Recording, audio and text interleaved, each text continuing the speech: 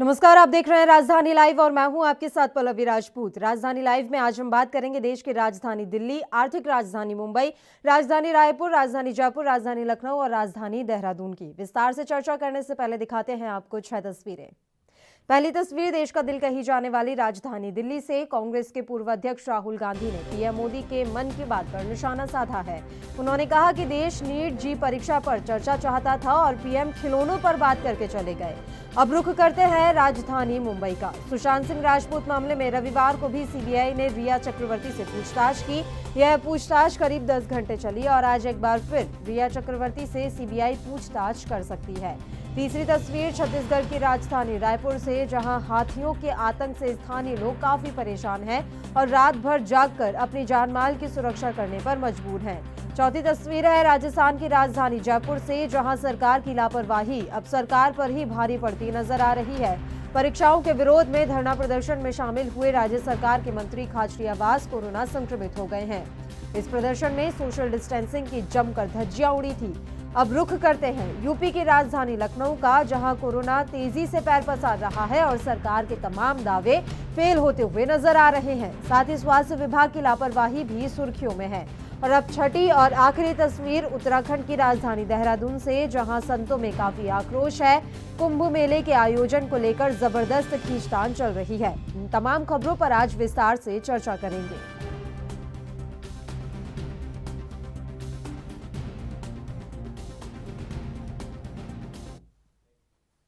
और चलिए रुक करते हैं देश की राजधानी दिल्ली की खबर से। मन की बात में प्रधानमंत्री नरेंद्र मोदी के खिलौनों की चर्चा करने पर कांग्रेस के पूर्व अध्यक्ष राहुल गांधी ने तंज कसा है। राहुल गांधी ने जी नीट के उम्मीदवार चाहते थे कि पीएम परीक्षा पर चर्चा करें, लेकिन वह खिलौनों पर चर्चा करके चले गए। राहुल गांधी ने रविवार को ट्वीट किया, जी नीट के उम्मीदवार पीएम से परीक्षा पर चर्चा चाहते थे, लेकिन पीएम ने खिलौने पर चर्चा की। राहुल गांधी ने प्रधानमंत्री नरेंद्र मोदी के मन की बात कार्यक्रम को लेकर ऐसे समय पर उन्हें घेरा है जब कोरोना संकट के बीच जी नीट की परीक्षा कराए जाने का विरोध किया जा रहा है। असल में प्रधानमंत्री मोदी ने मन की बात कार्यक्रम में रविवार को खिलौनों पर बात कही। उन्होंने कहा कि हमारे देश में लोकल खिलौनों की बहुत समृद्ध परंपरा रही है। कई प्रतिभाशाली और कुशल कारीगर हैं जो अच्छे खिलौने बनाने में महारत रखते हैं। भारत के कुछ क्षेत्र टॉय क्लस्टर यानी कि खिलौने के केंद्र के रूप में भी विकसित हो रहे हैं। उन्होंने बताया कि वैश्विक स्तर पर खिलौने का कारोबार 7 लाख करोड़ रुपए से भी अधिक का है। यह कारोबार इतना बड़ा है कि लेकिन भारत की हिस्सेदारी उसमें बहुत कम है। जिस राष्ट्र के पास इतनी बड़ी विरासत हो, परंपरा हो, क्या खिलौनों के बाजार में उसकी हिस्सेदारी इतनी कम होनी चाहिए? लोकल खिलौनों के लिए हमें वोकल बनना ही होगा।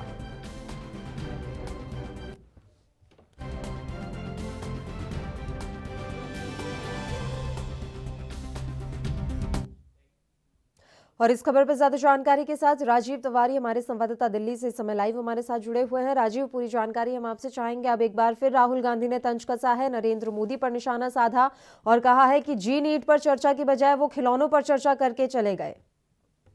देखिए, बिल्कुल बता दें, जिस तरीके से लगातार राहुल गांधी केंद्र सरकार के ऊपर यानी कि सीधे सीधे नरेंद्र मोदी के ऊपर इशारा कर रहे हैं, हर बार हमला करते चले जा रहे हैं और कहीं ना कहीं किसी न किसी मुद्दे को लेकर केंद्र सरकार को घेरने की कोशिश की जा रही है। मगर वही बात करें रविवार को, जो नरेंद्र मोदी जी ने अपनी मन की बात के अंदर कार्यक्रम के अंदर खिलौनों का विषय रखा, यानी कि जो लोकल खिलौने होते हैं जो बच्चों के लिए एज ए काम करते हैं, और जो कहीं ना कहीं चीन का जो खिलौना आता था उसको बंद करने के बाद में जो इंडियन जो खिलौने हैं उनको लोकल से वोकल बनने वाली, मतलब जो लोकल खिलौने होते थे उनको एक बड़े ब्रांड के तौर पर पेश करने की बात की गई है। मगर कहीं ना कहीं राहुल गांधी चाहते थे कि जो बच्चों की शिक्षाएं हैं, यानी कि जो कहते हैं नीति परीक्षा जो चलने वाली थी, यानी कि उसको लेकर कहीं ना कहीं मन की बात के अंदर विषय रखने की बात थी।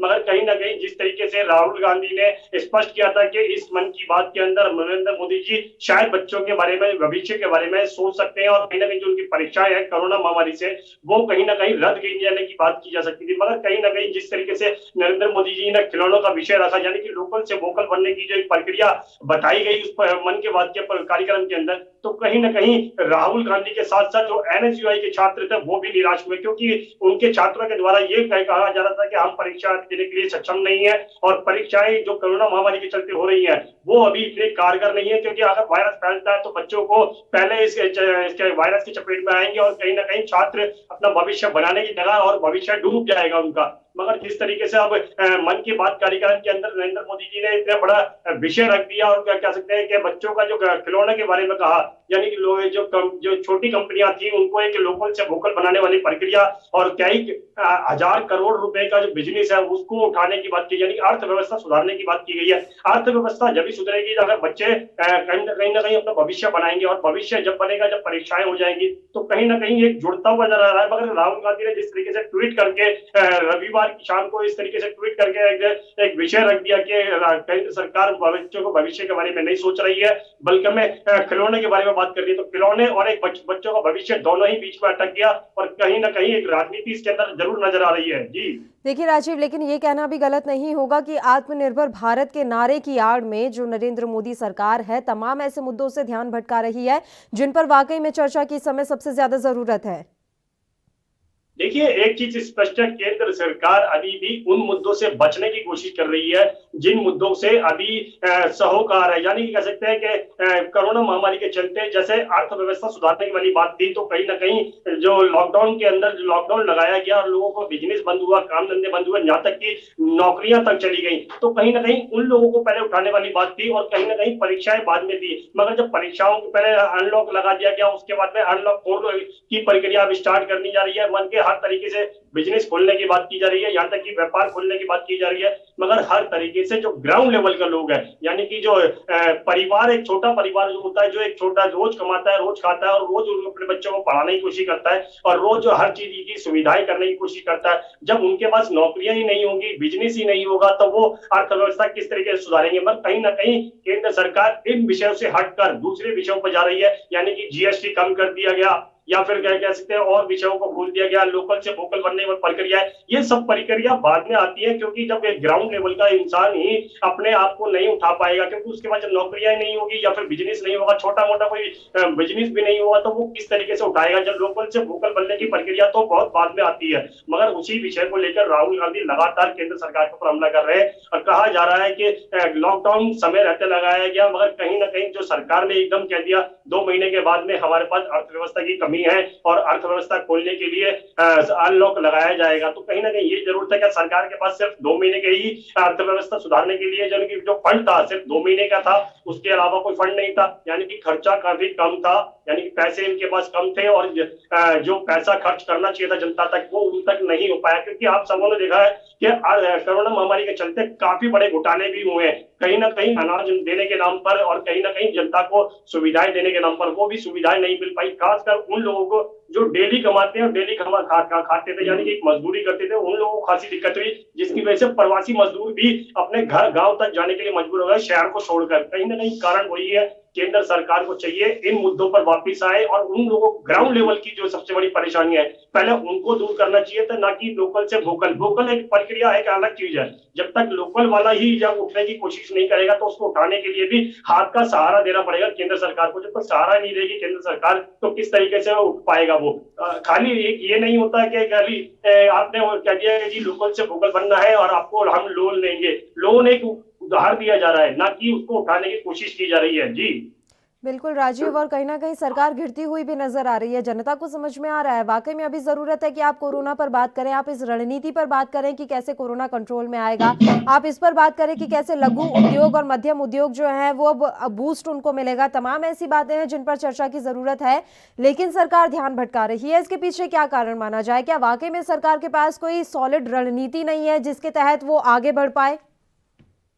देखिए, एक चीज जरूर है इसके अंदर, जो केंद्र सरकार की जो रणनीति नजर आ रही है उसके अंदर एक चीज की कमी जरूर नजर आ रही है, क्योंकि सरकार के पास शायद कोई ऐसी रणनीति नहीं है जिसके द्वारा वो सारा कुछ मेंटेन कर सके। क्योंकि लोकल इंसान, यानी कि जिसको आप लोकल से वोकल बनाने वाली बात कर रहे हैं, लोकल इंसान वही है जो नीचे ग्राउंड लेवल पर रोज कमाता है, रोज खाता है। अगर उसको सुधारना है, यानी कि उसको ऊपर उठाना है, तो कम से कम अपना हाथ का सहारा देना पड़ेगा किसी डूबते हुए इंसान को। जब तक किसी के तिनके का सहारा दोबारा नहीं मिलता तो कहीं ना कहीं वो बाहर नहीं निकल सकता। वही प्रक्रिया यहाँ पे भी है, क्योंकि अगर किसी लोकल इंसान को वोकल बनाना है, यानी कि किसी लोकल बिजनेस को वोकल बनाना है, तो कहीं ना कहीं उसको सहारा देना पड़ेगा। बस सहारे के नाम पर सिर्फ आप कर्ज दे रहे हैं, यानी कि आप उधार देने की बात कर रहे हैं कि आप उधार लीजिए और अपना बिजनेस खड़ा कीजिए और कमा के और टैक्स के रूप में हमें दीजिए, मतलब वही प्रक्रिया हो गई ना। तो सरकार, केंद्र सरकार के पास इस तरीके से कोई रणनीति नजर नहीं आ रही, क्योंकि हमने जो ग्राउंड लेवल के लोगों से बात करने की कोशिश की, जिनको लोकल से वोकल बनाने की प्रक्रिया अपनाई जाने की बात की गई है, तो कहीं ना कहीं वो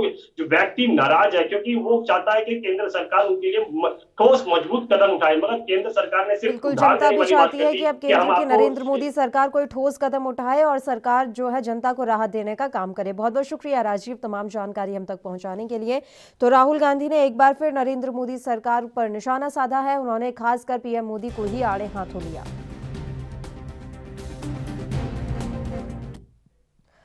और चलिए अब रुक करते हैं राजधानी मुंबई का। एक्ट्रेस सुशांत सिंह राजपूत केस में केंद्रीय जांच ब्यूरो उनकी गर्लफ्रेंड और एक्ट्रेस रिया चक्रवर्ती पर शिकंजा कस रही है। सीबीआई ने रविवार को लगातार तीसरे दिन रिया को पूछताछ के लिए तलब किया था, जहां उनसे एक बार फिर लगभग 10 घंटे से ज्यादा की पूछताछ की गई। पुलिस के एक अधिकारी ने यह तमाम जानकारी दी। वहीं आज एक बार फिर रिया को सीबीआई पूछताछ के लिए बुला सकती है। गौरतलब है कि रिया पर सुशांत सिंह को आत्महत्या के लिए उकसाने का आरोप है। अधिकारी ने बताया कि रिया के भाई शौविक को लगातार चौथे दिन सीबीआई ने पूछताछ के लिए तलब किया था। सूत्रों के मुताबिक सुशांत के फ्लैटमेट सिद्धार्थ पिठानी ने सीबीआई को बताया है कि रिया चक्रवर्ती तक कैसे ड्रग्स पहुंचती थी। उन्होंने बताया कि रिया तक ड्रग्स पहुंचाने में कौन कौन लोग शामिल थे। सिद्धार्थ ने पूछताछ में बताया कि रिया चक्रवर्ती डायरेक्ट ड्रग्स तस्करों के संपर्क में नहीं रहती थी, वो परोक्ष रूप से ऐसे ड्रग्स तस्करों के संपर्क में थी जिनके बॉलीवुड में अच्छे संबंध है और जो इस नेटवर्क को अच्छे से समझते हैं। पिठानी के मुताबिक गौरव आर्या से पूछताछ के बाद कई और चीजें साफ हो पाएंगी। सूत्रों के मुताबिक रिया चक्रवर्ती कभी सीधे ड्रग्स और मारिजुआना नहीं खरीदती थी, बल्कि वह नीरज, दीपेश और सैमुअल मिरांडा और केशव, इन लोगों से ड्रग्स मंगाया करती थी।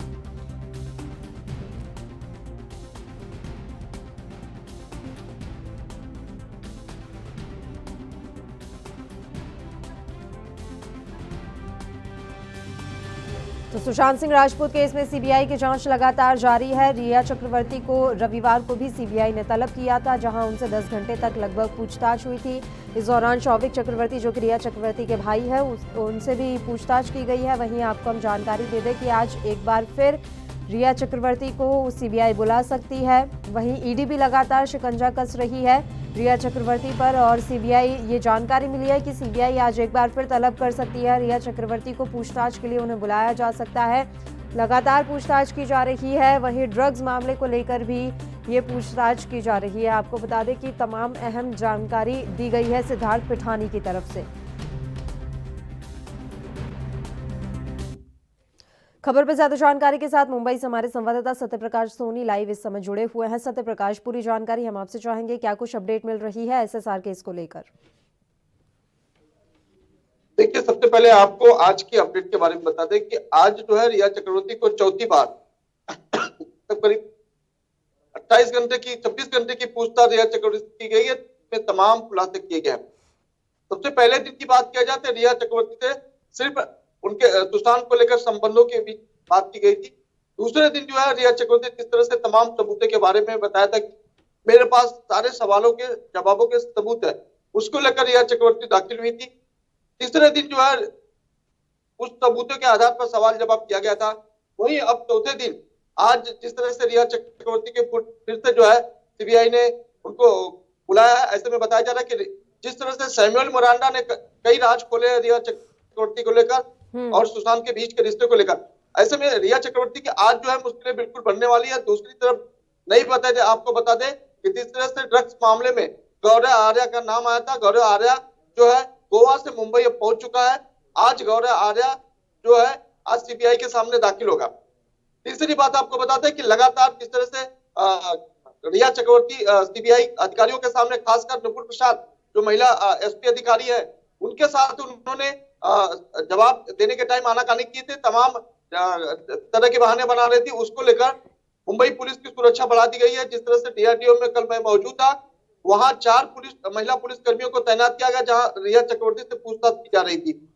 हालांकि ये भी जानकारी मिल रही है कि नुपुर प्रसाद ने रिया चक्रवर्ती को इस पूरे मामले को लेकर डांट फटकार भी लगाई थी। उन्होंने कहा था अगर इस तरह से आपको सीबीआई से कोऑपरेट नहीं करोगी तो मुश्किलें बढ़ सकती है। तो तमाम चीजें हैं रिया चक्रवर्ती की मुसीबतें बढ़ाती हुई नजर आ रही है। ऐसे में आज एक बार फिर से रिया चक्रवर्ती को बुलाया जा रहा है। ऐसा माना जा रहा है कि रिया चक्रवर्ती को उस ड्रग्स एंगल से लेकर सुशांत के बीच किस तरह का पूरा जानकारी थी, मालूमात था, वो सारी चीजें सामने रखी जाएगी। चौथी आपको बात बता दें कि जिस तरह से गौरव आर्या की जानकारी मिलेगी, गौरव आर्या का गोवा में एक होटल है टर्मराइन, उस होटल में बीजेपी के एक एमएलए का पूरा पैसा लगा हुआ है। इतना ही नहीं, बीजेपी का एक बड़ा अधिकारी,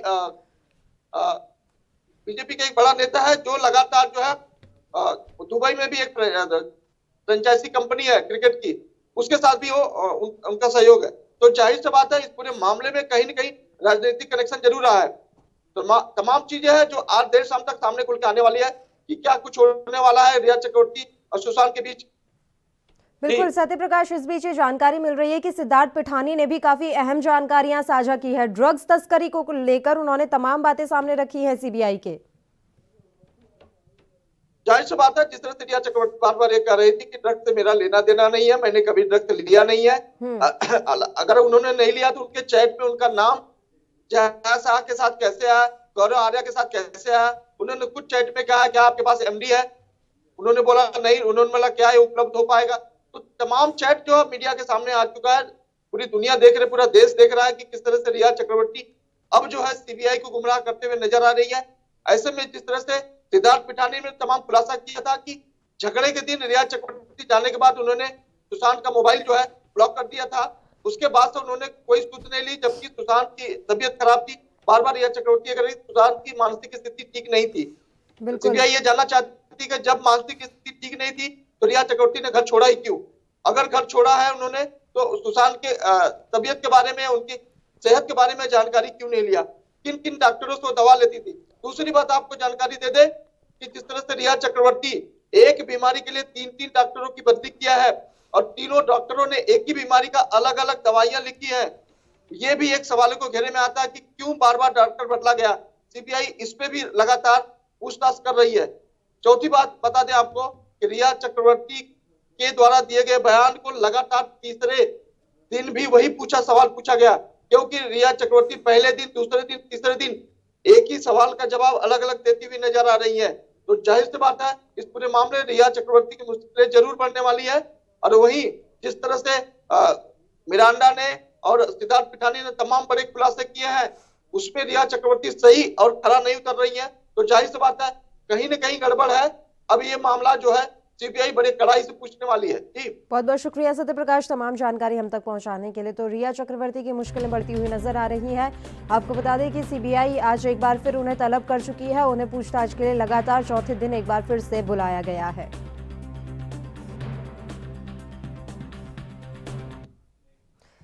चलिए अब रुक करते हैं छत्तीसगढ़ की राजधानी रायपुर का, जहां हर साल 50 से अधिक लोगों की हाथी जान ले रहे हैं।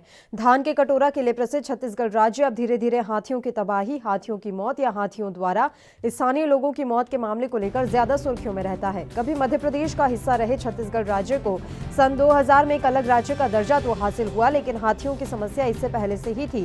1992 में सरगुजा में हाथियों ने काफी उत्पात मचाया था। उस वक्त लंदन से कंट्रोल करने वाली टीम आई थी। लगभग 7 हाथी पकड़े गए थे जिन्हें केरल भेज दिया गया था, लेकिन अब भी समस्या ज्यों की त्यों बनी हुई है। छत्तीसगढ़ जब वजूद में आया था तब छत्तीसगढ़ में तकरीबन 74% हिस्सा घने जंगलों का था, लेकिन अगर आज की बात की जाए तो सिर्फ 44% जंगल बचे हुए हैं। अब फैसला हमें करना है कि हमने हाथियों के विचरण क्षेत्र में अतिक्रमण किया है या हाथी हमारे इलाके में घुसपैठ कर रहे हैं। छत्तीसगढ़ में कहीं न कहीं रोजाना हाथियों के हमले की खबर आना अब एक आम बात हो चुकी है और इसका खामियाजा हाथियों को भी भुगतना पड़ रहा है। पिछले 2 महीने में 6 हाथियों की मौत हो चुकी है, तो दूसरी तरफ हाथियों के हमले से हर साल 50 से ज्यादा लोगों की जान चली जाती है और हजारों एकड़ फसल हाथियों के द्वारा बर्बाद कर दी जाती है।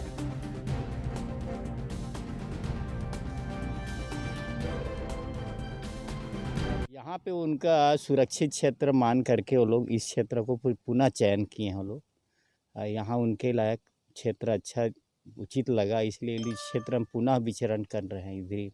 इधर क्षेत्र में प्रवेश किए हैं लोग। तो सर अभी जैसे आए हैं, अभी हाथी आज रात का ये है मूवमेंट है उनका, तो यहाँ पे जहाँ रुके थे जो डैम है यहाँ पे अमेठी ग्राम पंचायत के अंतर्गत वहाँ कुछ नुकसान भी किए हैं क्या? ऐसा ग्रामीणों का कहना है, ऐसा हमारा सूत्र बताते हैं। नहीं, अभी तक तो कोई जानकारी नहीं मिली है। ये जो है कल गुंडादेही डैम होके ये लोग आए हैं और रमई पाट के आसपास रुके हुए हैं, विचरण कर रहे हैं। अब शाम के बाद इनका परफेक्ट मूवमेंट पता लग पाएगा। वर्तमान में अभी तो फिलहाल ये जो है वन क्षेत्र में कक्ष क्रमांक 17 में ही भ्रमण कर रहे हैं। अच्छा सर, ये कितनी की संख्या में है सर अभी हाथी? अभी ये 20-21 की संख्या में है ये लोग। अच्छा सर, सुरक्षा के क्या इंतजाम किए गए हैं आपके फॉरेस्ट विभाग से? अभी अपने पास हाथी मित्र दल जो है निरंतर निगरानी कर रहे हैं। अपना फॉरेस्ट का टीम जो है सभी उनके सतत निगरानी कर रहे हैं, उनके देख रेख में लगे हुए हैं। और गांव में सुरक्षा के एहतियात पर क्या मुनादी कराया गया है? गांव में मुनादी कर सभी ग्रामीणों को सूचना भी दे दिया है और वे अपने सुरक्षित गांव वाले हैं। गांव के बाहर कोई नहीं गया है, आज सभी गांव में ही हैं। और उनको बता भी दिया है कि उनके फसल किसी प्रकार यदि नुकसानी होती शासन मुआवजा दिया जाएगा शासन। और इस खबर पर ज्यादा जानकारी के साथ हमारे संवाददाता राजशेखर इस समय लाइव हमारे साथ जुड़े हुए हैं। राजशेखर, पूरी जानकारी हम आपसे चाहेंगे। लगातार हाथियों के हमले की खबरें सामने आ रही हैं और अब तो हालात ऐसे पैदा हो गए हैं राजधानी रायपुर में कि लोग रात रात भर जागकर अपनी सुरक्षा करने को मजबूर हैं। हाँ पल्लवी जी, असल में क्या है कि हमने उनके जो हाथियों का जो कॉरिडोर था उसमें कब्जा कर लिया है। अब वो जाए तो जाए कहाँ, इसलिए वो जब भी आते हैं तो रात हो या दिन हो उनको खाने के लिए जो भी है और पीने के लिए पानी गांव के आसपास मिल जाता है, इसलिए गांव पे अटैक करते हैं। तो उसके कारण लोगों को वहां पर रात रात तक जगना पड़ता है, क्योंकि ये उनके घरों पे जो महुआ की शराब और जो खुशबू वाले धान होते हैं उसको खाने पहुंच जाते हैं और उनके घरों को तहस नहस कर देते हैं। उसके कारण इन लोगों को जगह भी करना पड़ता है। बिल्कुल, और वन विभाग का इस पूरे मसले पर क्या कुछ कहना है? क्या वन विभाग की तरफ से कोई कदम उठाए जा रहे हैं? नहीं, इसमें देखिए वन विभाग भी कुछ नहीं कर सकता, क्योंकि ये एक कॉरिडोर है, उसमें हाथियों को आना ही है और एक वन विभाग कितना भी कोशिश कर ले उसको रोक नहीं सकता। बस यही है कि फटाके फोड़ो, ढोलक बजाओ और गांव वालों को सचेत करते रहते हैं, मगर ये अपना काम पूरा जो नुकसान पहुंचाना है हाथी करते रहते हैं।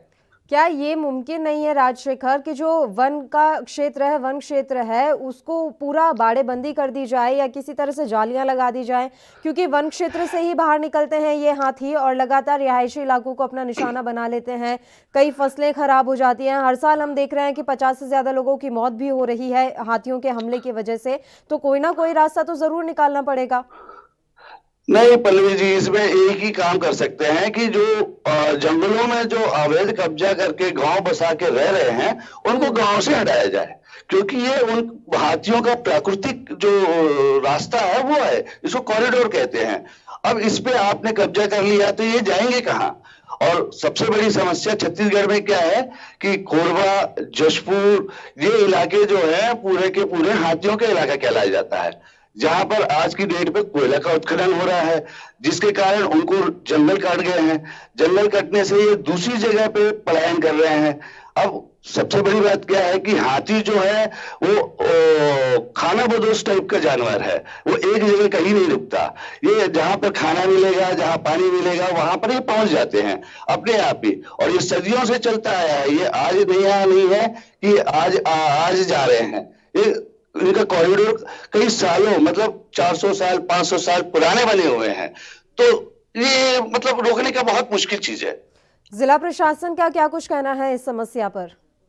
बस जिला प्रशासन का पल्लवी जी यही है कि वो मुआवजा दे दें और उससे ज्यादा वो लोग कुछ कर नहीं सकते। नहीं, मुआवजा देने की अगर बात यहाँ राजशेखर की जा रही है, मैं आपसे वाकई में जमीनी हकीकत जानना चाहूंगी। ऐसे कितने लोग हैं जिन्हें मुआवजा मिल गया है? क्योंकि आए दिन फसलें बर्बाद हो रही हैं, तो ऐसे कितने किसान हैं जिन्हें जिला प्रशासन ने मुआवजा दे दिया है? पिछले 5 सालों में आप मानेंगे तो 56 करोड़ रुपए ही दिया गया है। ठीक है, मगर ये जो है हर एक ग्रामीण के मरने का या फिर फसल नष्ट होने का वन विभाग सर्वे करके हर एक को उसका मुआवजा देने का प्रावधान है, लेकिन ये प्रावधान भी भ्रष्टाचार के चक्कर में पड़ के खत्म हो गया है। ग्रामीण मरते जरूर है मगर उनको कुछ मिलता नहीं है, उससे जो है दिक्कतें बढ़ रही है ग्रामों में। और सरकार चाहे तो इनको वहां से हटा के दूसरे जगह कहीं और प्रस्थापित करे और उनको मुआवजा भी दे, ये हो नहीं सकता। पिछली सरकार ने किया था कि यहाँ अचानक मार से कुछ गांवों को जंगल के अंदर से निकाल के उनको बाहर विस्थापित किया। उनके लिए बकायदा पक्के मकान बनाए, 5-5 एकड़ उनको जमीन दी गई और 1 साल तक के उनको खेती के लिए भी पूरा वो दिया गया था, मुआवजा, मतलब जो भी लगा उनको। मगर अब नई सरकार क्या करती है ये देखना पड़ेगा, क्योंकि आज हमारे छत्तीसगढ़ में 70% वन से आज 40% तक के पहुंच चुका है। मतलब इतनी अवैध कटाई हो चुकी है जंगलों की, और वहां पर लोग विस्थापित होकर रहने लग गए हैं।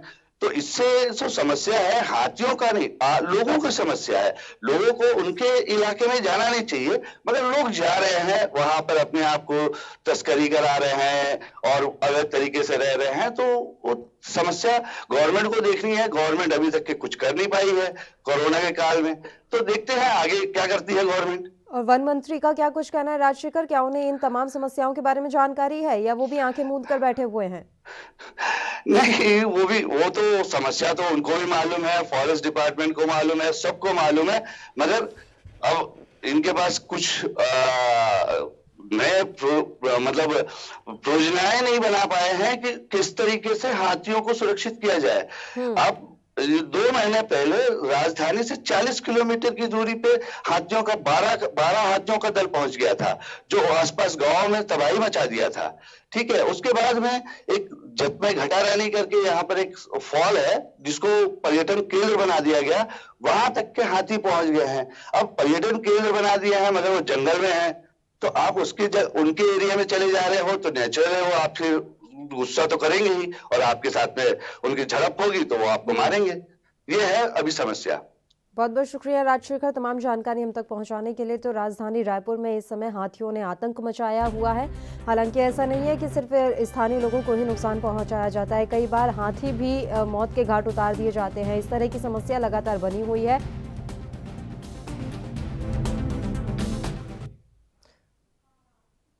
और राजधानी लाइव में फिलहाल एक छोटे से ब्रेक के लिए हम यहाँ रुक रहे हैं, फौरन हाजिर होंगे।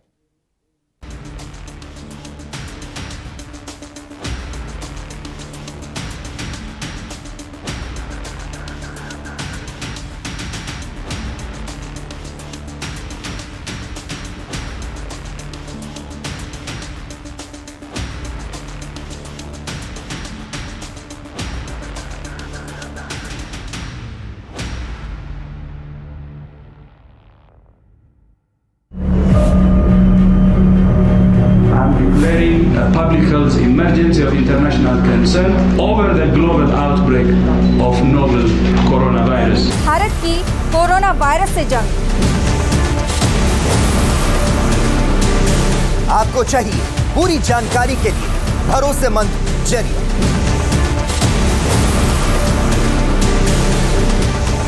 जानकारी जो अफवाहों पर ना हो, 24 घंटे 7 दिन लगातार,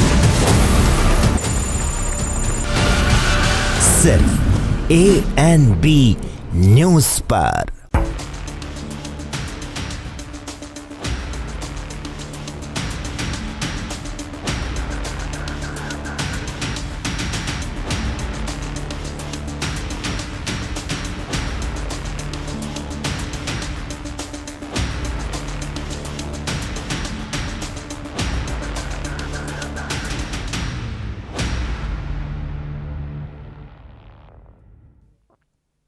ब्रेक के बाद एक बार फिर से आप सभी का स्वागत है। रुख करते हैं राजधानी जयपुर का। राजस्थान में कोरोना तेजी से पैर पसार रहा है। कुछ समय पहले इसकी चपेट में आरपी संयोजक हनुमान बेनीवाल आ गए थे। वहीं इस बार कोरोना ने परिवहन मंत्री प्रताप सिंह खाचरियावास को घेर लिया है। उनके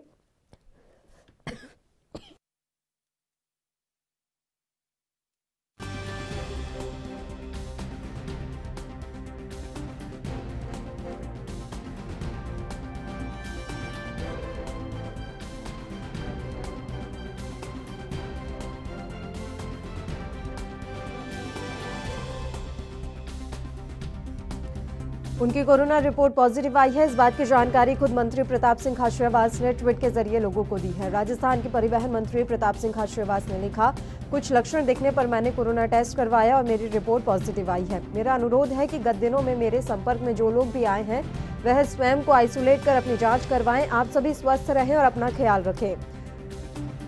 बता दें कि 28 अगस्त को जी और नीट एग्जाम निरस्त करवाने की मांग को लेकर हुए धरना प्रदर्शन में खाचरियावास सम्मिलित हुए थे।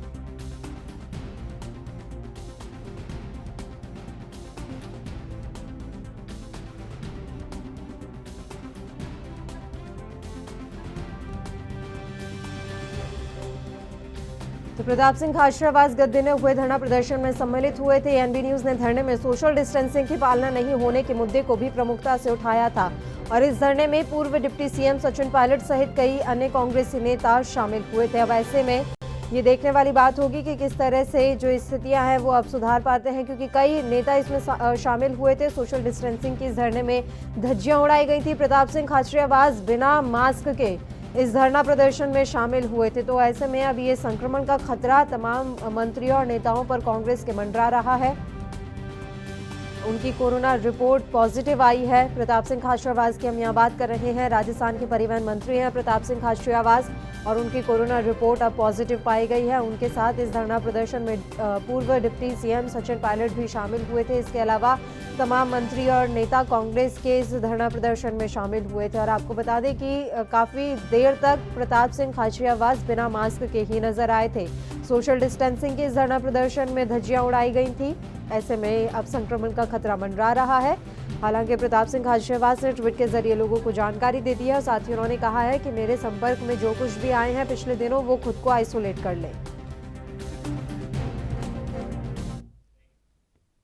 इस खबर पर ज्यादा जानकारी के साथ हमारे संवाददाता संदीप अग्रवाल इस समय लाइव हमारे साथ जुड़े हुए हैं जयपुर से। संदीप, पूरी जानकारी आपसे चाहेंगे। प्रताप सिंह खाचरियावास की कोरोना रिपोर्ट पॉजिटिव आई है। बिल्कुल पल्लवी, सही कह रहे हो कि प्रताप सिंह खाचरियावास जो परिवहन मंत्री राजस्थान में है उनको तो कोरोना पॉजिटिव की रिपोर्ट जो है वो पॉजिटिव आई है। वहीं पे एक कांग्रेस विधायक है रमेश मीणा, उनकी भी कोरोना रिपोर्ट पॉजिटिव आई है। ये दोनों ही 28 अगस्त को जेई और नीट की जो एग्जाम रद्द कराने का आंदोलन हुआ था एनएसयूआई द्वारा एमएनआईटी पे, वहां पे धरने में प्रदर्शन में शामिल हुए थे। वहीं पे सबसे बड़ी बात यह है कि पूर्व डिप्टी सीएम सचिन पायलट भी मौजूद थे और उनको भी जांच के लिए उन्होंने ट्वीट करके खुद कहा है कि मुझे कुछ लक्षण दिखाई दिए, इसलिए मैंने जांच करवाई और मेरा अनुरोध है कि जो भी मेरे संपर्क में गद्दी आए थे वो अपने आप को आइसोलेट करते हुए इलाज करवाएं। ऐसे में सचिन पायलट की चिंता भी बढ़ जाती है और आसपास जो भी उस धरने प्रदर्शन में मौजूद थे सभी को भय सता रहा है और सभी अपने अपनी जांच रिपोर्ट करवाने के आतुर है। और आज जो जैसे ही कल ये सूचना मिली और ट्विटर के माध्यम से उन्होंने जो जानकारी दी, पूरे राजनीति में एक व्यवहार समझ गया है। मुख्यमंत्री अशोक गहलोत ने भी ट्वीट करके कहा है उनकी जल्दी ही स्वस्थ होने की कामना की है। वहीं पे सभी को ये निर्देश भी दिए हैं और रिक्वेस्ट भी की है कि सभी अपना जांच करवाएं। इलाज कराने के लिए जो भी है सहायता चाहिए वो सरकार उनको मुहैया कराएगी। पल्लवी, लेकिन संदीप, बात तो वही होगी जब हम बात कर रहे थे जिस दिन ये धरना प्रदर्शन था कि देखिए धरना प्रदर्शन में सोशल डिस्टेंसिंग की पालना नहीं की गई। हमने ये मुद्दा भी उठाया था और जिसका डर था वही हुआ। प्रताप सिंह खाचरियावास कोरोना संक्रमित पाए गए हैं और उससे भी बड़ी बात कि वो बिना मास्क के थे। उन्होंने तमाम जो अपना लंबा चौड़ा भाषण है वो बिना मास्क के दिया था। सचिन पायलट से लेकर तमाम कांग्रेसी नेता और मंत्री उस धरना प्रदर्शन में शामिल थे। जब सरकार इस तरह के हरकतें करेगी तो फिर आप जनता से किस मुंह से अपील करते हैं कि आप सोशल डिस्टेंसिंग की पालना करें, अपनी जांच करवाएं, गैदरिंग ना करें। एक तरह से देखा जाए तो बुरी तरह से घिर गई है राजस्थान की कांग्रेस सरकार इस मसले पर। बिल्कुल पल्लवी, सही कह रहे हो आप कि जिस दिन आंदोलन हुआ था उस दिन प्रताप सिंह खाचरियावास जो है परिवहन मंत्री खुद स्वयं लगातार सोशल डिस्टेंसिंग बनाए रखने की बात कर रहे थे, आलाप रहे थे, लेकिन स्वयं खुद ने मास्क नहीं लगा रखा था। और एएनबी ने दर्शकों को एक्सक्लूसिव बताया भी था कि जब ये मुद्दा भी उठाया था कि जब इतनी गैदरिंग हो रही है और यहाँ पे कोरोना पॉजिटिव की संख्या लगातार राजस्थान में इजाफा बढ़ रहा है, इजाफा हो रहा है, पर आज की अगर बात करें तो आज भी आंकड़ों का लगातार इजाफा होता नजर आ रहा है। प्रताप सिंह खाचरियावास एक परिवहन मंत्री हैं, उनके साथ ही वहाँ पे कोई छात्र नेता भी थे, छात्र भी थे, सैकड़ों की तादाद में वहाँ पे आंदोलन होता और एएनबी लगातार दर्शकों को मुद्दा उठाते हुए बात भी की थी कि कहीं ना कहीं संक्रमण का खतरा बढ़ जाता है और वही बात हुई। और ऐसे में प्रताप सिंह खाचरियावास सहित जो भी राजनीति है, राजस्थान की कांग्रेस सरकार है, वो कहीं ना कहीं सवालों के घेरे में आ गई है, क्योंकि लगातार बड़े बड़े दावे किए जा रहे हैं सरकार द्वारा कि कोरोना को लेकर जहाँ सतर्कता बरती जा रही है राजस्थान में। और पिछले दिनों में बता दूं सबसे बड़ी बात, पिछले दिनों जो भीलवाड़ा मॉडल सामने आया था, भीलवाड़ा मॉडल की तबाही हुई थी, कहीं ना कहीं ये सरकार जो है अति उत्साहित होकर ये सारे नियम कानून कायदे जो है, गाइडलाइन है, WHO की गाइडलाइन मानने कोरोना को लेकर रोकथाम की गई थी, वो भूलती हुई नजर आ रही है। और वहीं पे जो विधायक रमेश मीणा भी है वो भी उस समय मौजूद थे। अब देखने वाली बात ये होगी कि जब इनकी पॉजिटिव रिपोर्ट आ चुकी है और इनके साथ समर्थन में या धरने प्रदर्शन में जो भी सम्मिलित हुए थे, क्या अब उनकी रिपोर्ट आना बाकी है? अब जब रिपोर्ट आएगी तब पता लगेगा कि आखिर में कितने लोग ऐसे हैं जो संक्रमित हुए थे उस दिन। पल्लवी। बिल्कुल संदीप, और इस बीच देखिए परीक्षाएं आयोजित करवाने का ये विरोध कर रहे हैं और प्रदर्शन लगातार कर रहे हैं। ना सिर्फ राजस्थान में प्रदर्शन हुआ, पूरे देश भर में कांग्रेस की तरफ से प्रदर्शन किया गया है। ये कांग्रेस को भी समझना चाहिए, कांग्रेस आलाकमान को भी समझना चाहिए कि अभी प्रदर्शन जैसी चीजों से बचा जाए, क्योंकि जब हम गैदरिंग की बात कर रहे हैं कि गैदरिंग ना करें, तो ऐसे में प्रदर्शन में गैदरिंग होती ही है और इस दौरान सोशल डिस्टेंसिंग का ध्यान रखना वाकई में बहुत मुश्किल साबित हो जाता है।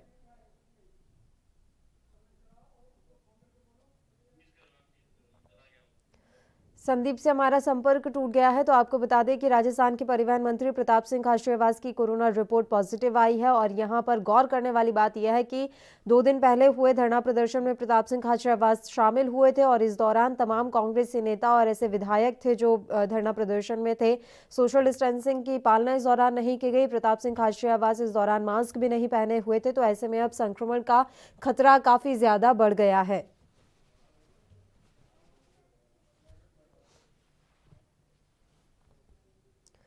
तो प्रताप सिंह खाचरियावास की कोरोना रिपोर्ट पॉजिटिव आई है।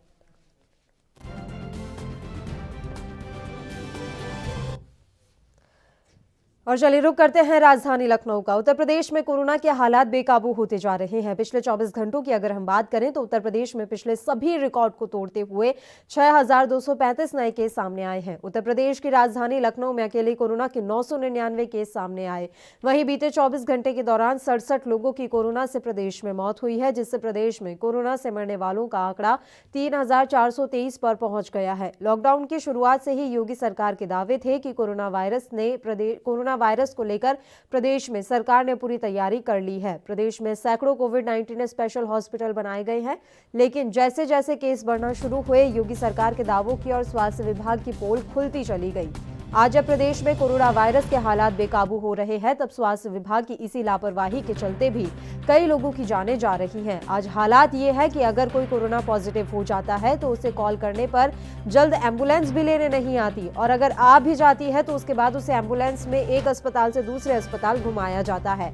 बहाना साफ रहता है कि हॉस्पिटल के बेड फुल हैं। स्वास्थ्य विभाग की पहले से ना की गई तैयारियां अब लोगों की जान पर भारी पड़ रही है। हालांकि मुख्यमंत्री योगी आदित्यनाथ प्रदेशवासियों को कोरोना वायरस से बचाने के लिए रोजाना टीम 11 के साथ बैठक करते हैं, जहां कोरोना वायरस के बढ़ते प्रकोप को रोकने के लिए रोजाना नई रणनीतियां बनाई जाती हैं, लेकिन धरातल पर काम न होने के चलते कोई भी रणनीति सफल नहीं हो पा रही। अगर हम ये कहें कि कोरोना के मामले में मुख्यमंत्रियों को अधिकारियों द्वारा गलत रिपोर्ट सौंपी जा रही है, तो ये कहना भी गलत नहीं होगा।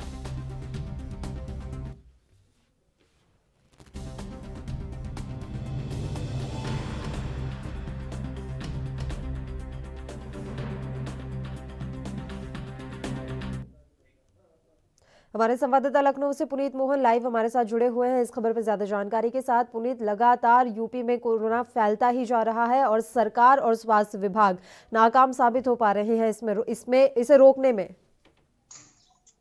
देखिए पल्लवी, 54,666 केस हैं अगर हम पिछले 24 घंटों की बात करें, और लगभग 6,233 नए केस मिले हैं। 67 लोगों ने अपनी जान गंवाई है 24 घंटे के दौरान कोरोना से, और जो सक्रिय जो मौतें हैं वो 3423 हो गई हैं, यानी सक्रिय मामले 54,666 हो गए हैं। लगातार हालात बेकाबू होते जा रहे हैं। जो दावे थे, जो वादे थे, लॉकडाउन फर्स्ट से ही टीम 11 एक टीम गठित करी गई थी, जिसकी मुख्यमंत्री रोज बैठक करते हैं, जिसके साथ में और नई रूपरेखा तैयार करी जाती है, नई रणनीति तैयार करी जाती है कि आखिर कोरोना को रोका कैसे जाए। लेकिन स्वास्थ्य विभाग की लापरवाही और कहीं ना कहीं जो सीधे तौर पर अधिकारी हैं उनकी लापरवाहियों के चलते उसका नतीजा ये निकल रहा है कि धरातल पर काम नहीं हो रहा, और धरातल पर काम ना होने की वजह से कोरोना लगातार फैलता जा रहा है। उत्तर प्रदेश की राजधानी लखनऊ में अगर हम बीते 24 घंटे की बात करें तो 999 नए केस सामने आए हैं। मौतों का भी आंकड़ा बढ़ा है, और सबसे चौंकाने वाली बात यह है कि जो बुजुर्ग हैं, जो बीमार हैं, उनके अलावा जो युवा वर्ग हैं उनकी भी मौतें हो रही हैं। स्वास्थ्य विभाग की लापरवाही सामने निकल करके आ रही है, क्योंकि अगर किसी को कोरोना हो जाता है तो काफी ऐसे मामले सामने आए कि वो फोन करता रहता है, एम्बुलेंस नहीं आती, और अगर एम्बुलेंस आती है तो उसके बाद उसे हॉस्पिटल टू हॉस्पिटल घुमाया जाता है। सीधे तौर पर एक ही जवाब रहता है कि बेड नहीं खाली है, और जिसके चलते कई लोगों की जान गई है। प्रयागराज में कल एक महिला की जान गई है। उत्तर प्रदेश की राजधानी लखनऊ में एक युवा जो ऑटोमोबाइल कंपनी में काम करता था, ऑक्सीजन न सही समय पर मिलने के कारण उसकी मौत हुई है। घोर लापरवाही करी जा रही है। और मुख्यमंत्री को अगर हम कहें सीधे तौर पर गुमराह करने का काम किया जा रहा है तो वो कहना गलत नहीं होगा। रोजाना नई रणनीति बताई जाती है प्रेस कॉन्फ्रेंस के माध्यम से, लेकिन धरातल पर काम होता नहीं दिखाई दे रहा है, जिसके चलते कोरोना लगातार अपने पांव पसारता जा रहा है उत्तर प्रदेश में। प्रयागराज हाईकोर्ट में इसको लेकर के एक याचिका भी दायर करी गई थी क्वारंटाइन सेंटर की बदहाली को लेकर के और सोशल डिस्टेंसिंग और मास्क के प्रति सरकार की लापरवाही को लेकर के याचिका दायर करी गई थी। प्रयागराज हाईकोर्ट ने सरकार से जवाब मांगा था कि एक एक्शन प्लान और एक रूपरेखा तैयार करके भेजिए, उसकी रिपोर्ट लगाइए कि आखिर आप कैसे कोरोना को रोकेंगे। और साफ शब्दों में कहा था कि कोरोना को रोकने का योगी सरकार का काम केवल कागजों पर दिखाई दे रहा है, धरातल पर कुछ नहीं हो रहा है और अब वक्त है कि धरातल पर काम किया जाए। साथ ही हाईकोर्ट ने सलाह दी थी कि लखनऊ, कानपुर, प्रयागराज, वाराणसी ये जो बड़े शहर है यहाँ पर कुछ दिन का लॉकडाउन लगा दिया जाए, क्योंकि लगातार यहाँ पर कोरोना बढ़ता चला जा रहा है। और सरकार से ये भी कहा था कि अगर आप सक्षम नहीं है लॉकडाउन लगाने में तो कहीं ना कहीं कोर्ट को फैसला लेना पड़ेगा। लेकिन इन सब के बावजूद सरकार ने रिपोर्ट दाखिल करने की बजाय वक्त मांग लिया। आखिर वक्त क्यों मांगा गया? क्या पहले से कोई रूपरेखा तैयार नहीं थी? क्या पहले से कोई एक्शन प्लान तैयार नहीं था? तो ये जो टीम 11 की रोज बैठक होती है, इस पर सवाल खड़े होते हैं। वहां से आदेश जारी होता है, जिलों तक जाता है, लेकिन जिलों के सीएमओ जो है वो अपनी मनमानी कर रहे हैं। स्वास्थ्य विभाग के अधिकारी मुख्यमंत्री को गुमराह करने का काम कर रहे हैं। सोशल डिस्टेंसिंग को लेकर के कानून बनाया गया, लेकिन एक भी पुलिसकर्मी किसी भी मार्केट में सोशल डिस्टेंसिंग बनवाता हुआ या दुकानदारों का चालान करता हुआ नजर नहीं आता। दिन प्रतिदिन लोगों के चेहरे से मास्क हटते जा रहे हैं। मास्क को लेकर के 500 रुपए का जुर्माना उत्तर प्रदेश में है, लेकिन कहीं कभी अगर चेकिंग लगी तो 500 रुपए का चालान काटते हैं। वरना मार्केट जहां पे सबसे ज्यादा कोरोना स्प्रेड हो रहा है, आगे बढ़ रहा है, वहां पर सख्ती नहीं हो रही है। मार्केट में सख्ती होनी चाहिए। जो लोग मास्क नहीं लगाए हैं उनका चालान होना चाहिए। जो दुकानदार बिना मास्क लगाए या बिना मास्क लगाए हुए लोगों को सामान दे रहा है उसका चालान होना चाहिए। अगर इस तरीके सजगता से काम किया जाएगा तभी जाकर के उत्तर प्रदेश में कोरोना पर लगाम लगाई जा सकती है। जी देखिए पुनीत, हो सकता है कि अधिकारी गलत रिपोर्ट मुख्यमंत्री के सामने पेश कर रहे हो, इसमें कोई दो राय नहीं है, लेकिन क्या मुख्यमंत्री को चीजें दिखाई नहीं दे रही? मीडिया से लेकर तमाम जो रिपोर्ट्स आ रही हैं सामने, क्या उसे मुख्यमंत्री नहीं देख रहे? ये भी तो जरूरी है कि मुख्यमंत्री खुद धरातल पर जाए। ये समझ नहीं आता कि मुख्यमंत्री औचक निरीक्षण करने के लिए ऐसे ही अस्पतालों में क्यों जाते हैं जहां स्वास्थ्य व्यवस्थाएं पहले से दुरुस्त होती हैं। देखिए, मुख्यमंत्री योगी आदित्यनाथ पे कोरोना वायरस संक्रमण से प्रदेशवासियों को बचाने के साथ साथ देश की इस प्रदेश की अर्थव्यवस्था को भी चलाने का जिम्मा है। कहाँ कैसे मार्केट खुलेंगी, कहाँ कैसे सीधे तौर पे कोरोना को रोका जाएगा, उसके लिए पूरी रूपरेखा तैयार करी जाती है। और टीम 11 जिसमें वरिष्ठ IAS ऑफिसर बैठते हैं जो अच्छे पदों पर है उत्तर प्रदेश में, उनकी सलाह पर काम होता है। एक नई रणनीति बनाई जाती है, लेकिन बात वही घूम फिर कर सामने आ जाती है कि मुख्यमंत्री को गुमराह करने का काम किया जा रहा है। वहां कहा कुछ जाता है कि धरातल पर हम ये करेंगे, इस तरीके से रोकेंगे, ये काम हो रहा है, वो रिपोर्ट प्रस्तुत करी जाती है। लेकिन हकीकत ये है कि वो रिपोर्ट जो प्रस्तुत करी जा रही है वो असली नहीं है। असल में सीएमओ काम नहीं करना चाहते हैं। और सीधे तौर पर अगर बड़ी कार्रवाई करी गई तो स्वास्थ्य विभाग में जो वैकेंसी है उसकी इतनी कमियां हैं, इतने डॉक्टर्स कम है यूपी में, कि अगर ज्यादा कार्रवाई करी गई और डॉक्टर हड़ताल पर चले गए तो हालात और भी बेकाबू हो जाएंगे। बहुत सोच समझ के कदम उठाना है। सख्त निर्देश दे रहे हैं सीएम योगी। लापरवाही जो अधिकारी है उनके ऊपर कार्रवाई भी कर रहे हैं, लेकिन उसके बावजूद उनको गुमराह करने का काम किया जा रहा है। रही बात आपकी कि वो धरातल पर क्यों नहीं चेक करते? देखिए, जब मुख्यमंत्री कहीं जाते हैं तो वहां पर जो व्यवस्था रहती है वो एकदम चौबंद हो जाती है। कालीन बिछा दी जाएगी, सारे बेड एकदम साफ कर दिए जाएंगे, नीट एंड क्लीन हो जाएगा। लेकिन मुख्यमंत्री के जाते ही वो फिर से बदहाल हो जाता है। कई जगह हमने देखा कि मुख्यमंत्री ने जहां पर दौरा किया वहां पर व्यवस्थाएं चाक चौबंद थी। लेकिन अब जरूरत है मुख्यमंत्री को सीधे तौर पर एक काम करना चाहिए कि बीजेपी का जो युवा वर्ग है, जो युवा विंग है, उसके कुछ नेताओं को चुनना चाहिए, क्योंकि वो लोग लगातार सोशल मीडिया पर और अपनी पार्टी में पत्रों के माध्यम से इन्फॉर्म कर रहे हैं कि जो सीएमओ हमारे जिले से रिपोर्ट दे रहे हैं वो रिपोर्ट सही नहीं है। जिला अध्यक्ष के अंतर्गत एक कमेटी बनानी चाहिए 5 से 6 लोगों की, और जो भी रिपोर्ट जिलों से आ रही है उसको क्रॉस चेक करवाना चाहिए। अगर क्रॉस चेक करवाएंगे तो कहीं ना कहीं सीधे तौर पर एक रिपोर्ट सामने आएगी और उस रिपोर्ट से आगे की रणनीति तैयार करी जा सकती है। जी बहुत बहुत शुक्रिया पुनीत मोहन तमाम जानकारी हम तक पहुंचाने के लिए। तो उत्तर प्रदेश में कोरोना के हालात बेकाबू होते जा रहे हैं। राजधानी लखनऊ में पिछले 24 घंटे के दौरान 999 केस नए सामने आए।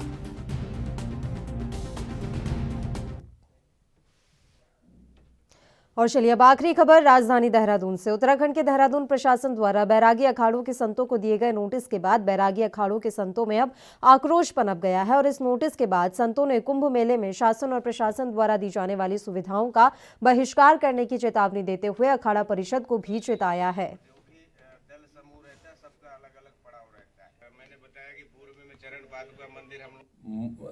हम सरकार के जो नोटिस भेजा है तो नोटिस तो सरकार के आदमी लेकर के आ रहा है, कर रहा है।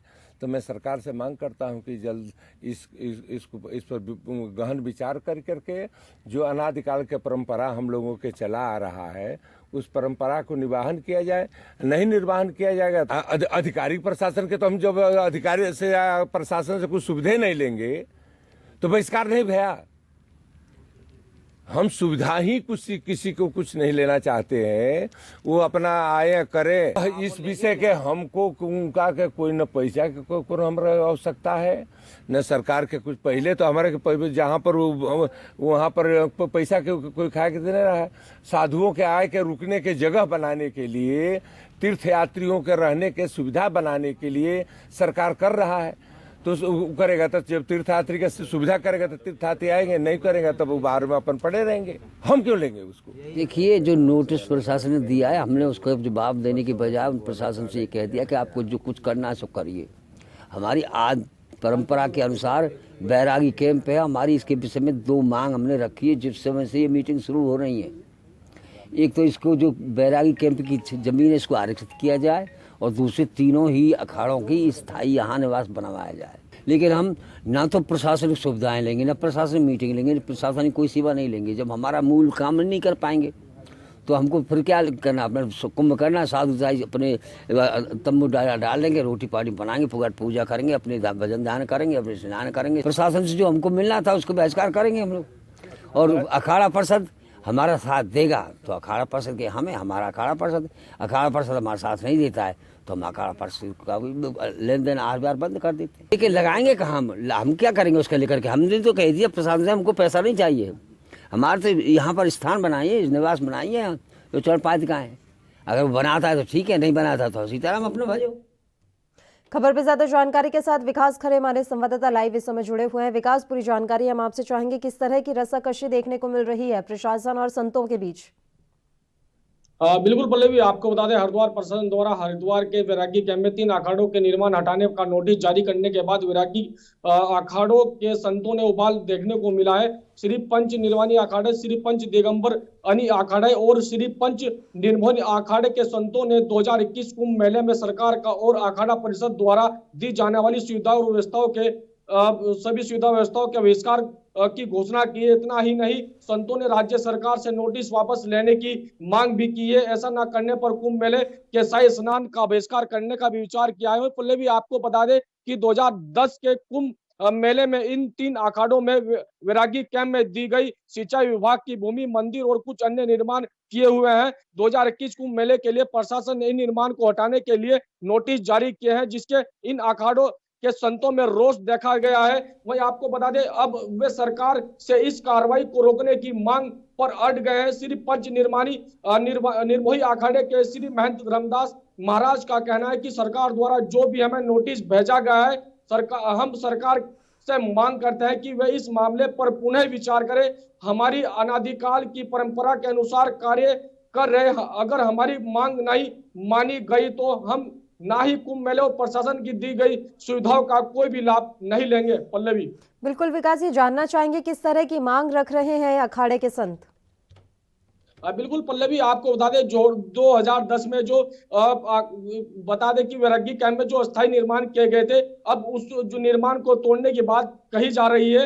वहीं अगर बात करें तो श्री पंच दिगंबर अनि अखाड़े के श्री महंत कृष्णदास महाराज का कहना है कि प्रशासन द्वारा दिए गए नोटिस का जवाब देने की बजाय हमने प्रशासन को कह दिया है कि जो भी कुछ कर सकते हैं उसको क्या करें। अगर जो हमारी परंपरा के अनुसार ये वैरागी कैंप है और इसको लेकर हमारे द्वारा दी गई रखी गई जो भी वैरागी कैंप की जमीन को आरक्षित की गई है और तीनों ही अखाड़ों को स्थायी निवास बनाए गए हैं, अगर हमारी यह मांगे नहीं मानी गई तो हम ना ही कुंभ मेले में प्रशासन की तरफ से दी जाने वाली कोई सुविधा लेंगे और ना ही प्रशासन की किसी भी मीटिंग में जाएंगे। हम कुंभ मेले में सिर्फ गंगा स्नान करेंगे। अगर अखाड़ा परिषद भी हमारा साथ नहीं देगा तो भी हम अखाड़ा परिषद का विरोध करेंगे और सरकार द्वारा दी गई जो सुविधा है 1 करोड़ की धनराशि हमें नहीं चाहिए। हमें इस वैरागी कैंप में अखाड़ों का स्थायी निर्माण का कोई हमारी मांग है। पल्लवी, बिल्कुल विकास, ये भी जानकारी चाहेंगे कि इस मसले पर प्रशासन का क्या कुछ कहना है? जिस तरह की चेतावनी दी गई है बैरागी अखाड़े के संतों के द्वारा, उसके बाद क्या निगम प्रशासन की किसी तरह की कोई प्रतिक्रिया आई है?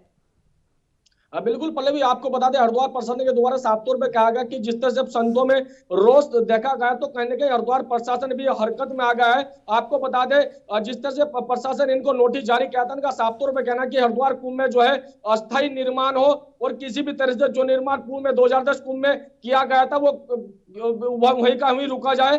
अगर बात की जाए तो शासन और प्रशासन की जितनी भी मीटिंग हुई है उस हमारे द्वारा मुख्यमंत्री, शहरी विकास मंत्री, अखाड़ा परिषद के पदाधिकारियों को बोला गया है कि वैराग्य अखाड़ों के साथ इंसाफ नहीं हो रहा है। कुंभ मेले में हमारे लिए आरक्षित स्थान होने चाहिए, वैराग्य कैंप में जितना अतिक्रमण है उसे हटाना चाहिए और उस जमीन को अखाड़ों के अधीन करना चाहिए। यह हमारी शुरू से मांग रही है। यह सरकार और साधु संतों के लिए सवाल है कि यह धर्म के साथ छेड़छाड़ कर रहे हैं, इसको हम प्रशासन की व्यवस्थाओं का बहिष्कार करते हैं और अगर जरूरत पड़ी तो हम कुंभ मेले का बहिष्कार करेंगे। हम प्रशासन की किसी भी मीटिंग में नहीं जाएंगे क्योंकि प्रशासन हमारे साथ हमारा इंसाफ नहीं कर रहा है। तो छड़ी की परंपरा और भूमि समाधि की परंपरा नहीं थी, उसको बनाई जा रही है। हमारी परंपरा की बात नहीं थी, उसको भी बनाई जा रही है। जाति आपको बता दें जिस तरह के वैरागी अखाड़ों का बहिष्कार खतरे में है, अखाड़ों का चरण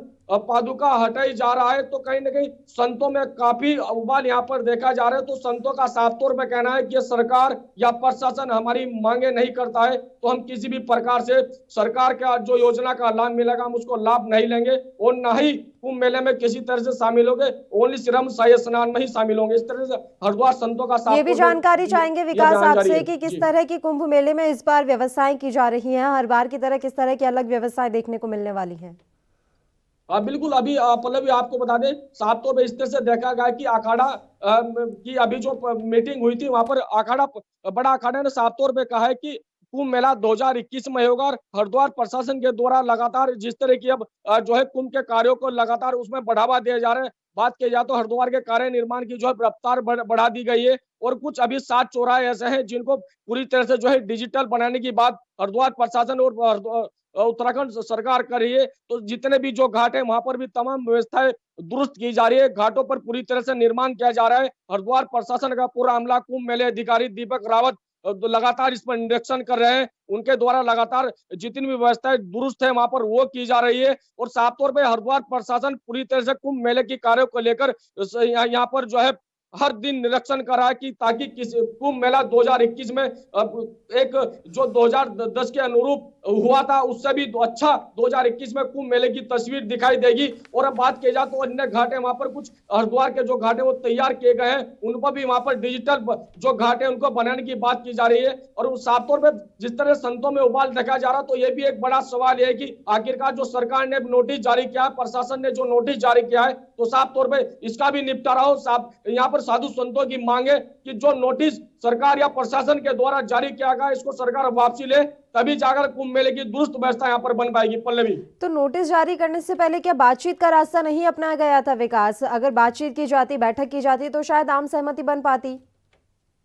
बिल्कुल पल्लवी, लगातार मीटिंग के दौर कुंभ मेले को लेकर जारी है। साधु संतों ने यहाँ पर साफ तौर पे ये जो नोटिस है इसमें जब अखाड़ा परिषद की मीटिंग हुई तो उन्होंने वहां पर अपनी बात रखी थी, लेकिन बावजूद उसके प्रशासन के द्वारा जो नोटिस जारी किया गया है इनका साफ तौर पे कहना है कि इस नोटिस को सरकार वापसी ले और अगर वापसी नहीं लेता है तो इसका पूर्ण रूप से साधु संत जो है इसका बहिष्कार करेंगे। वैरागी कैंप वहां पर जिस तरह से अस्थायी निर्माण 2010 में बनाया गया था उसको तोड़वा नहीं जाए और वहां पर जो भी अस्थायी निर्माण हो वो वहां पर अस्थायी निर्माण की इस तरह की मांग कर रहे हैं। पल्लवी, बिल्कुल, और जिस तरह की मांग ये कर रहे हैं लग नहीं रहा है कि प्रशासन इनकी मांगों को मानने के लिए तैयार होगा। हालांकि नोटिस भले ही भिजवा दिया है और ये भी अब चेतावनी दे रहे हैं, लेकिन प्रशासन भी कहीं ना कहीं अपनी जिद पर अड़ा हुआ है। ऐसे में किस तरह से क्या रास्ता निकलता हुआ नजर आ रहा है विकास?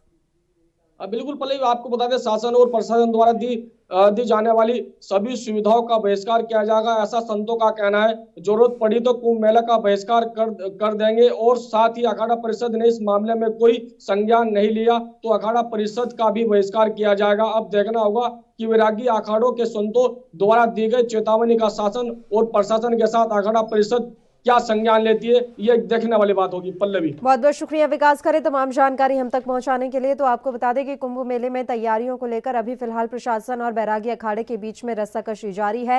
हालांकि बैठकों का दौर अभी भी जारी है। वहीं जानकारी ये मिल रही है कि नोटिस दे दिया है प्रशासन ने, और इस नोटिस के मिलने के बाद से ही बैरागी अखाड़े के जो संत हैं वो काफी ज्यादा नाराज बताए जा रहे हैं, और उनका कहना है कि प्रशासन को ये नोटिस वापस ले ही लेना चाहिए। और राजधानी लाइव में फिलहाल के लिए इतना ही। मुझे दीजिए इजाजत। देश प्रदेश की तमाम ताजा खबरों के लिए आप बने रहिए हमारे साथ। नमस्कार।